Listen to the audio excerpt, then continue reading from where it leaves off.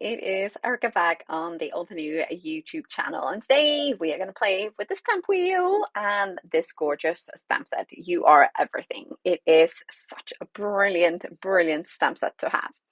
I thought today we're going to do a slightly different. This one size. This is a 5.5 by or 5 by 5 inches piece of cardstock, and we're going to place this into our stamp wheel, or actually sort of.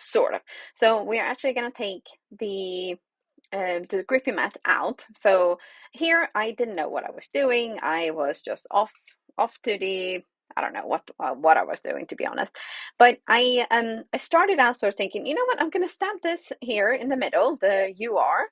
And then I was thinking I was going to kind of do like a radiating sun with the rest of the stamp set. But then I was like, that's just isn't going to work, is it? Because the sentiments are just not going to show. So here I was like, you know what, we're gonna change tactic. Yeah, we're gonna change tactic. It happens. Sometimes you just have to.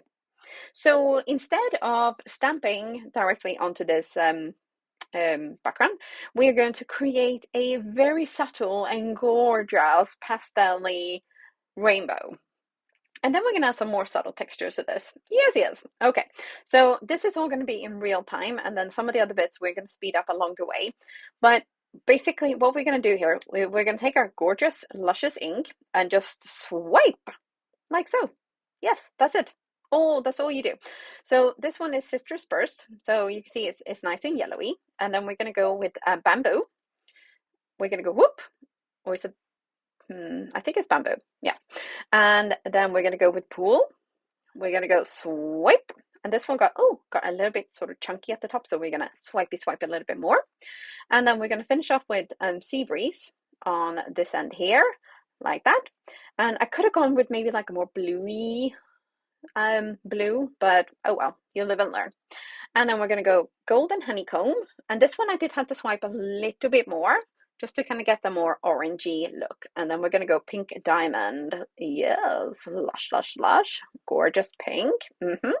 And then we're going to finish off with a Wisteria. So we're just going to go swipe, and maybe a little other swipey swipe.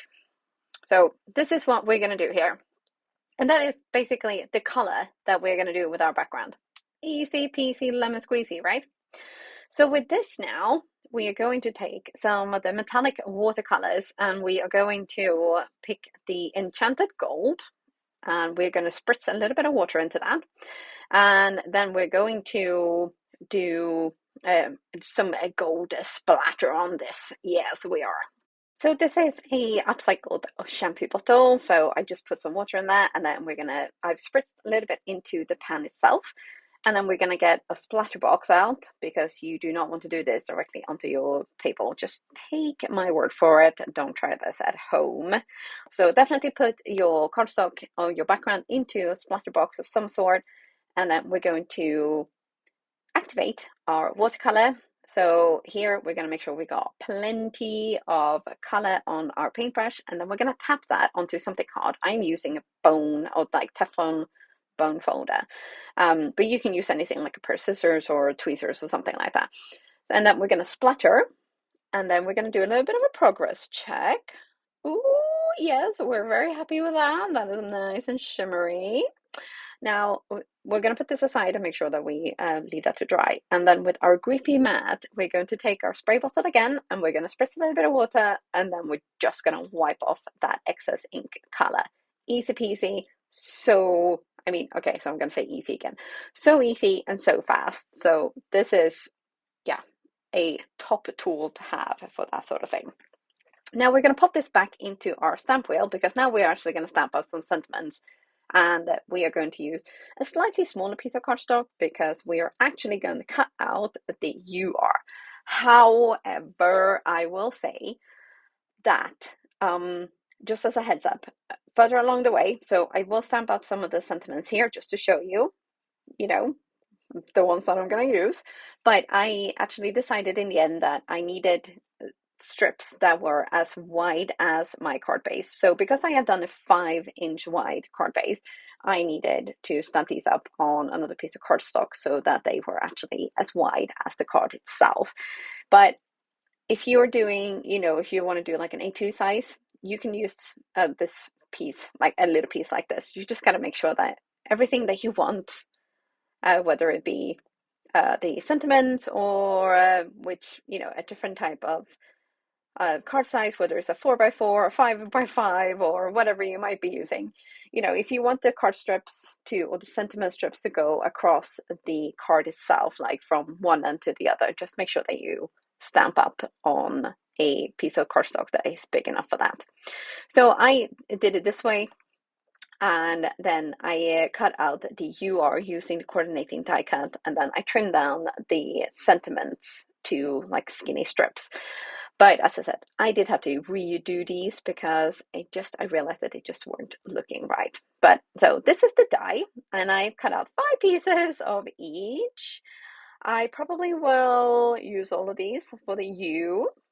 Yeah, and then I decided we are not going to use all of them for the R, so they're going to be slightly different height. And this is another subtle way that you can kind of add some fun texture to a card without it going kind of like crazy. So it's, like I said, it's subtle, but it's just a fun little detail. So that's just something to, add to your little arsenal of tips and tricks if you want to have something that kind of makes people go, oh, well, that's nice and subtle, isn't it?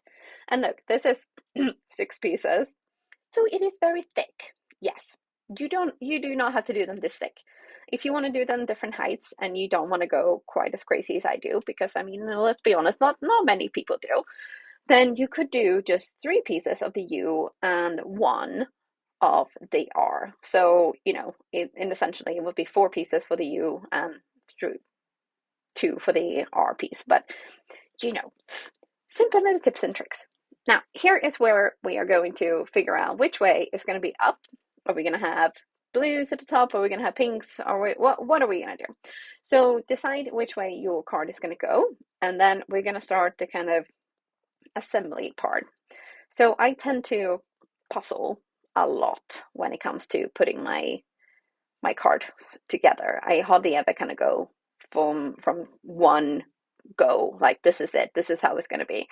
So this could be one way, but I realized that it kind of bugged me that it was looking a little bit, something was off. Okay, let's just leave it at that. Something was off, and I just tried this with a strip of black cardstock behind the UR, and I thought, you know what, that's kind of popping, isn't it? It's like, woo, check me out, look at all these gorgeous colors. So I thought, let's try that with the sentiment strips as well. And this is when I realized I need to redo them because it's just not going to look right. And I actually cut out all of these strips, so they are 1/2 inch wide, and I glued them down using my grid mat to make sure that they actually went on straight and with even spaces between them. And I will stamp new sentiment strips that are just the same length because it just wasn't, when you're just like, oh no, this isn't the way. No. Mm-mm. So here I was like, nope, okay, we're redoing this, and these are the ones that are going to go on. And I did actually go from 4 to 3 because it was getting a little bit much. Yes. So I know, I'm reining myself in. What is going on here? So I decided to just go for the 3, and here's another kind of like little fun way of adding like a subtle detail, right? So the sentiment strips are just tiny bit skinnier than the black strips.